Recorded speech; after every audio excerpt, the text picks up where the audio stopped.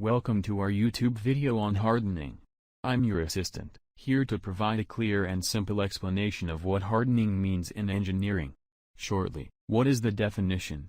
Hardening is a heat treatment process used to increase the hardness and strength of metals, usually by heating the material to a high temperature and then rapidly cooling it, often in water or oil. Think of hardening like baking clay and then cooling it quickly. The clay becomes tougher and less likely to break. Similarly, metals become stronger and more resistant to wear after hardening.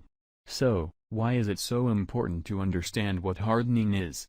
Because hardening improves the performance and lifespan of tools, machinery, and structural components. It ensures parts can withstand friction, pressure, and stress without wearing out too quickly. Thank you for watching. Stay tuned for more engineering knowledge explained simply. Get more at www.suppliersplatform.com.